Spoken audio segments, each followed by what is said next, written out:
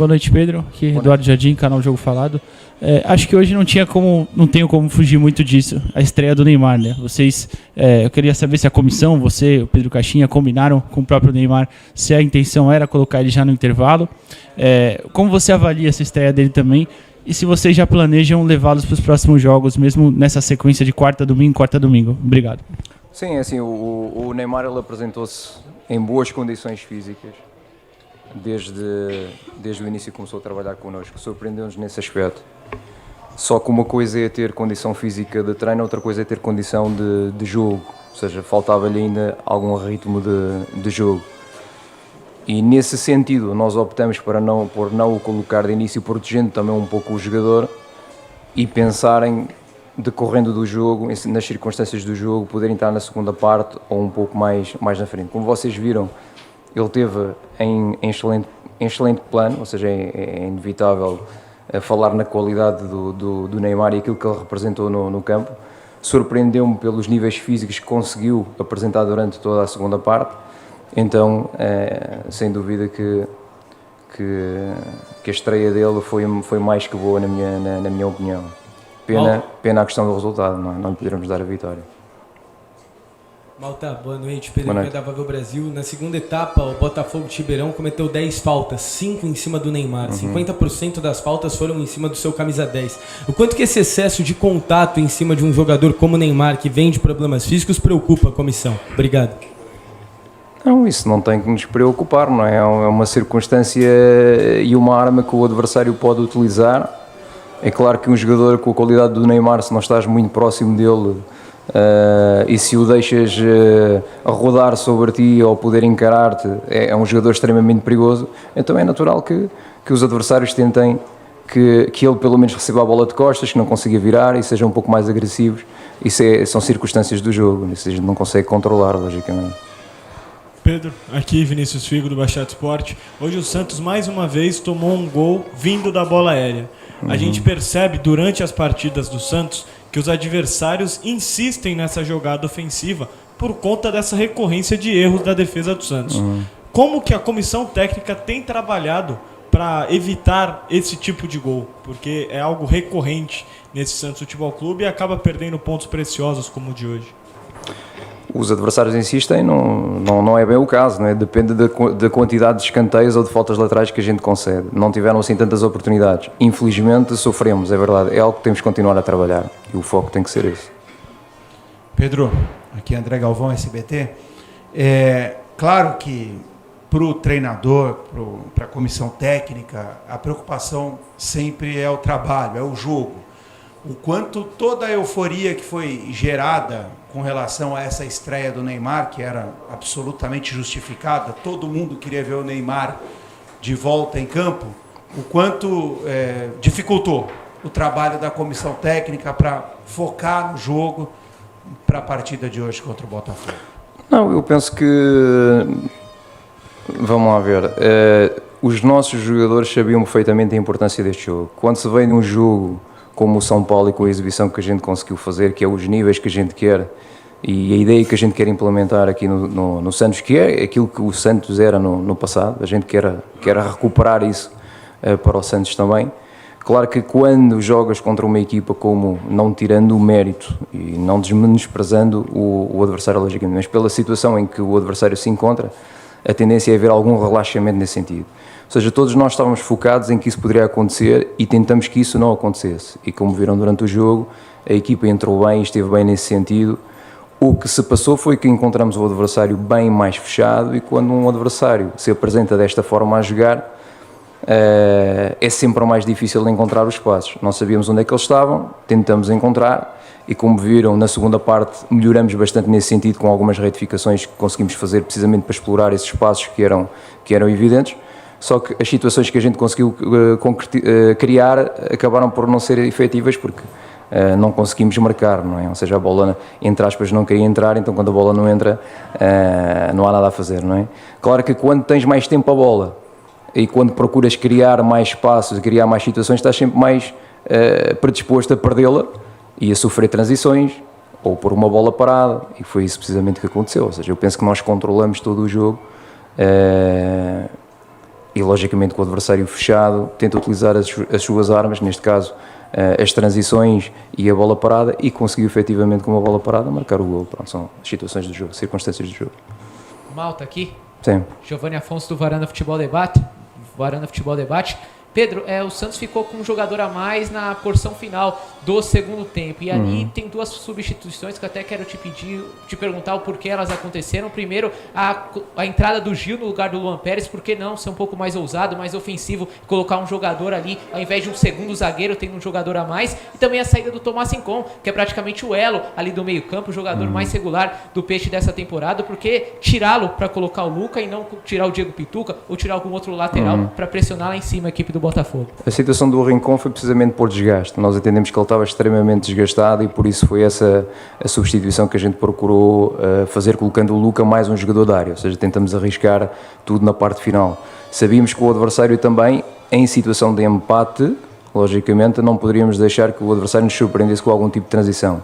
Daí, aquilo que procuramos fazer foi colocar o Gil, substituindo o Luan por também fadiga muscular. Ficamos com 3 atrás, o Escobar, o Gil e o Luizão, dando total largura com o Godoy e largura com o Guilherme, colocando um centroavante juntamente com o Tiquinho, 2 centroavantes, e logicamente a criatividade do Neymar no meio, o Pituca para segurar um bocadinho ali e dar equilíbrio ao meio campo, e o Tassiano fazendo a dupla função, entre juntar ao Pituca e também a capacidade de chegar, ou seja, como vê, em momento algum nós tentamos defender o resultado e foi sempre a procurar o resultado.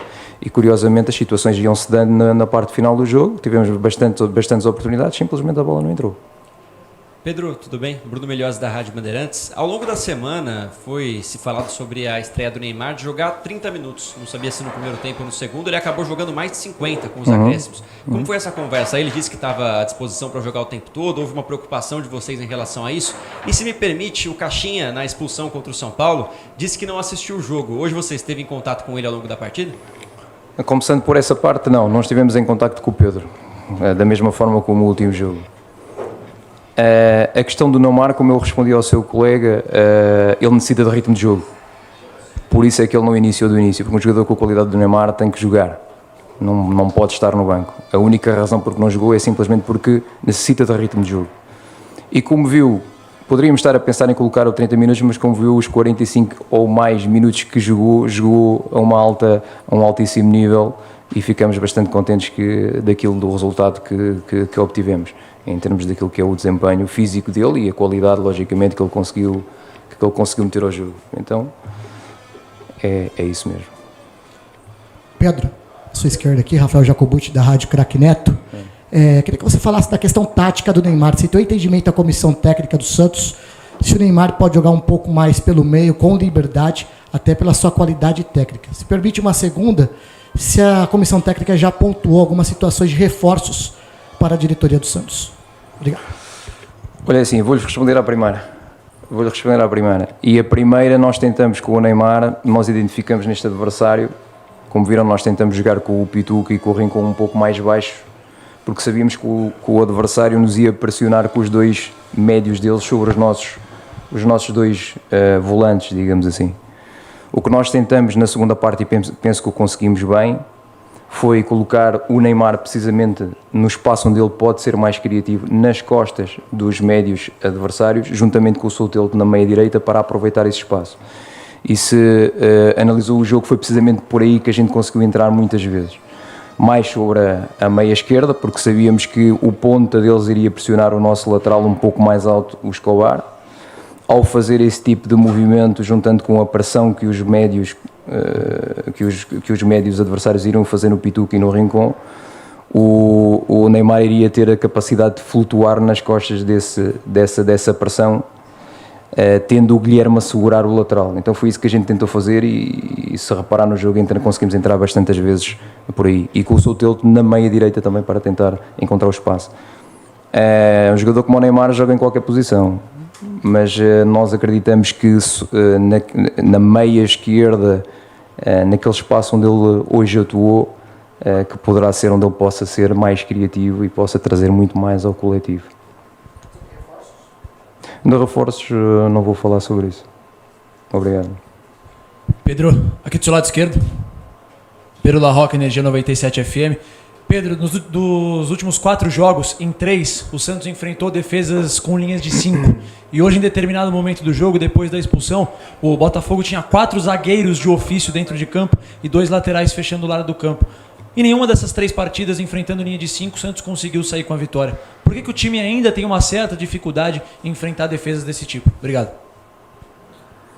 Olha, eu acho que temos que dar um pouco o mérito ao adversário também, não é? Porque nós tentamos de tudo, como eu lhe disse, colocamos 2 centroavantes, colocamos largura no campo para a bola entrar por fora e para ser cruzada, a chegada do Tassiano, bastante volume na área, bastantes situações que criamos, a bola não entrou. Há que também dar um mérito ao adversário nesse aspecto, é o que eu lhe posso dizer. Boa noite, Pedro, aqui à sua esquerda. Boa noite, Pedro. Gelson Henrique, Esporte por Esporte. Vou te perguntar especificamente em relação ao jogador do elenco. O zagueiro Gil hoje fez sua estreia na temporada. Como a comissão técnica enxerga o jogador como jogador de composição de elenco ou como um eventual jogador que pode assumir a titularidade? Se a comissão técnica enxerga que o Gil tem potencial para ser titular da equipe do Santos. Obrigado. Olha, assim, o Gil tem vindo a fazer um excelente trabalho. Como o Pedro já referiu, o trabalho dele vai mais para além do jogador. Vai dentro também daquilo que é a integração dos jovens, a ligação, o elo de ligação entre a equipa e a equipa técnica. É mais um jogador do plantel, está a trabalhar como todos os outros a um excelente nível, está-se a esforçar para isso. E a oportunidade dele, a chamada dele hoje foi mais do que natural. Portanto, é um jogador mais do plantel, está disponível para qualquer situação. Pedro, boa noite, Bruno Gutierrez do GE. Pedro, gostaria de saber qual é a situação hoje do Gabriel Veron. Foi anunciado pelo clube, deve ser regularizado nos próximos dias. Como ele está fisicamente, se já há a possibilidade de ele ser relacionado para o jogo contra o Novo Horizontino no fim de semana? Sim, o Veron tem estado a fazer um trabalho mais específico em termos de algumas limitações físicas que ele tem e assim que esteja disponível para poder treinar no campo, será mais uma opção viável para poder ser utilizado. Pedro, aqui, tudo bem? Wagner Frederico. Qual que é a programação do Neymar para o próximo jogo? Já dá para colocar, você falou, né? Jogador do nível do Neymar tem que jogar. Já dá para pensar no Neymar como titular contra o Novo Horizontino? Olha, como lhe digo, vamos ver até ao dia do jogo, muita coisa se pode passar, certo? O nível exibicional que a gente viu do Neymar agrada-nos. E como lhe disse, o Neymar, estando bem, tem que jogar. Agora é uma questão de, ao longo da semana, avaliarmos a situação também, como ele se sente agora da recuperação deste jogo, que é diferente, como eu lhe disse, treinar do que jogar, até mesmo a nível da recuperação, logicamente. Por muito que se treine, nunca se consegue treinar próximo daquilo que é a intensidade do jogo, a todos os níveis. Vamos ver como é que ele recupera e até lá, até ao próximo jogo, ainda muita coisa pode passar.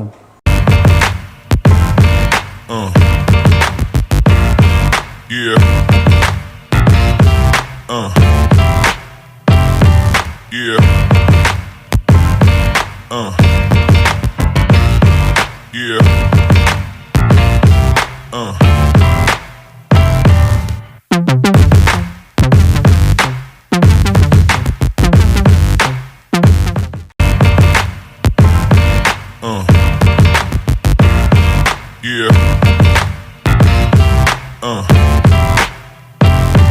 Yeah.